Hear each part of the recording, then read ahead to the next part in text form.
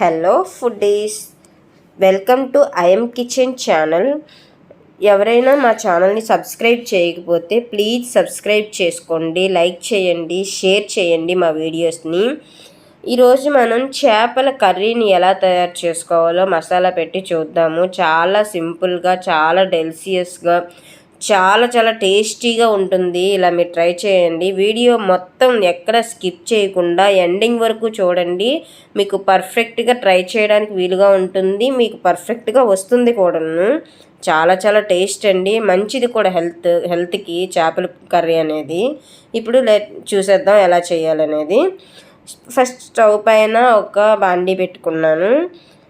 అది కొంచెం హీట్ ఎక్కాలి. మీకు చాలా క్లియర్గా చూపిస్తాను, యాజ్ ఇట్ ఈజ్గా ఫాలో అయిపోండి. కొంచెం హీట్ ఎక్కిన తర్వాత ఒక 3 స్పూన్స్ వరకు ఆయిల్ని అయితే పోసుకోవాలి. కొంచెం ఆయిల్ అయితే ఎక్కువే పడుతుంది చేపల కర్రీకి, నార్మల్ వాటికంటే. నాన్ వెజ్ కర్రీ కదా, ఒక 3 స్పూన్స్ వరకు అయితే పోసుకోవాలి. అది కొంచెం వేడెక్కాలి. ఇప్పుడు కొంచెం పచ్చిమిర్చి చీలికలను వేసుకున్నాను, అలాగే దాల్చిన చెక్క, ఒక 3-4 లవంగి మొగ్గలు, అలాగే ఒక అనాస పువ్వు అలా వేసి ఒకసారి కలుపుకున్నాను.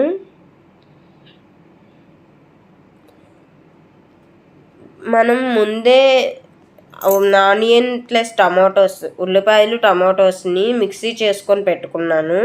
ఆ మిక్సీ చేసిన అది ఉంటుంది కదా, ముద్దని అందులో వేసుకోవాలి. వేసుకొని కొంచెం అలా ఫ్రై చేసుకోవాలి. అలా ఒకసారి కలిపేసుకోవాలి, మొత్తం ఆయిల్ అంతా అయ్యేలాగా, కలిసేలాగా.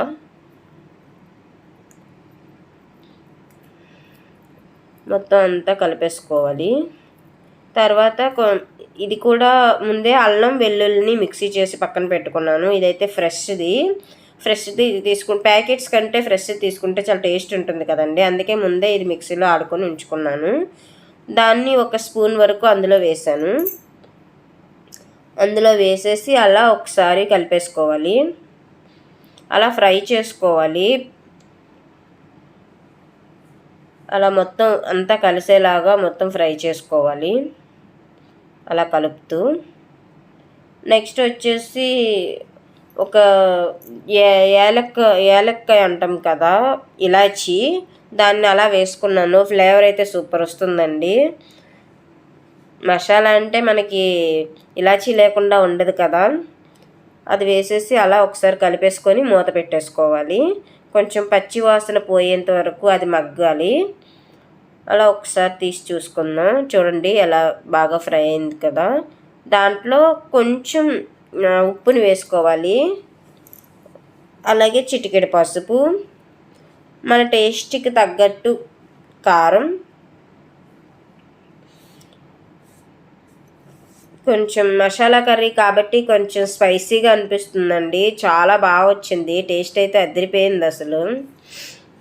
అలా ఒకసారి అంతా కూడా కారం, పసుపు ఇవన్నీ కలిసేలాగా మిక్స్ అయ్యేలాగా మొత్తం అంతా కూడా కలిపేసుకోవాలి. అది అలా ఫ్రై అయిన తర్వాత కొంచెం గరం మసాలా వేసి అలా కలుపుకోవాలి.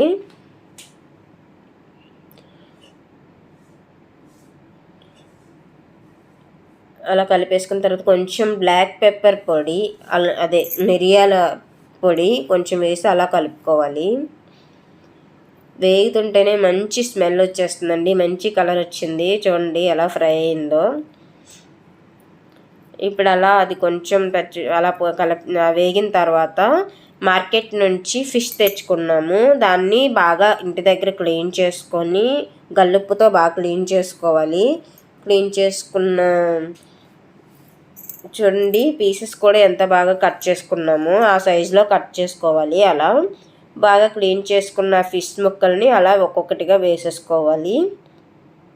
మొత్తం అన్నీ కూడా వేసేసుకోవాలి. అలా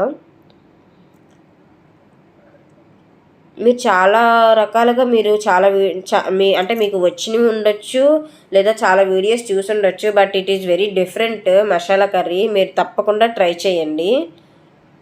fish curry good for health, చాలా మంచిది ఒంటికి కూడా. మిగతా నాన్ వెజ్ కంటే వేగంగా డైజెస్ట్ అయ్యే ఫుడ్ ఏది అంటే నాన్ వెజ్లో ఫిష్ ఒకటే అని చెప్పొచ్చు. అలా మొత్తం అన్ని ముక్కలు కూడా వేసేసుకొని ఒకసారి ఆ మసాలా అంతా పట్టేలాగా కలిపేసుకోవాలి. పచ్చిగా ఉండగానే కొంచెం బాగా కలిపేసుకోవాలి ఆ మసాలా అంతా కలిసేలాగా. అలా కలిపేసుకున్న తర్వాత ఒక క్లోజ్ చేసేయాలి, మూత పెట్టేయాలి. మూత పెట్టేసి ఒక 3-4 మినిట్స్ తర్వాత ఓపెన్ చేసి చూసామంటే చూడండి మొత్తం పీస్ అంతా కూడా ఉడికిపోయినట్టు అయిపోయింది. అప్పుడు ముక్కలు మునిగేంత వరకు కూడా వాటర్ పోసుకోవాలి. వాటర్ పోసుకొని కొంచెం అలా కలిపేసుకోవాలి. ఎక్కువగా కదపకూడదు, ఎందుకంటే పీసు కొంచెం ఉడికింది కదా, ముక్కలు అయిపోయే ఛాన్స్ అయితే ఉంటుంది. జాగ్రత్తగా కలుపుకోవాలి. ఫిష్ వండేటప్పుడు మాత్రం కలిపేటప్పుడు మాత్రం కొంచెం జాగ్రత్తగా చూసుకోవాలి.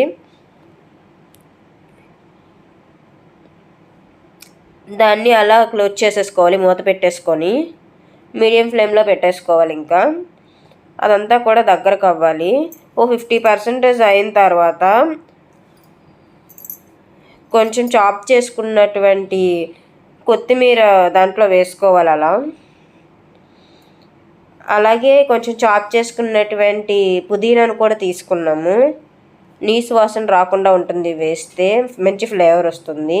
పుదీనా అలా వేసుకొని ఒకసారి అలా కలిపేసుకొని మూత పెట్టేయాలి.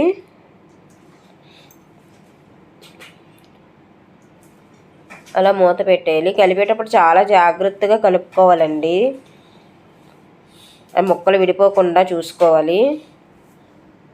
అది అలా మూత పెట్టేసుకుంటే దగ్గర అయిపోతుంది.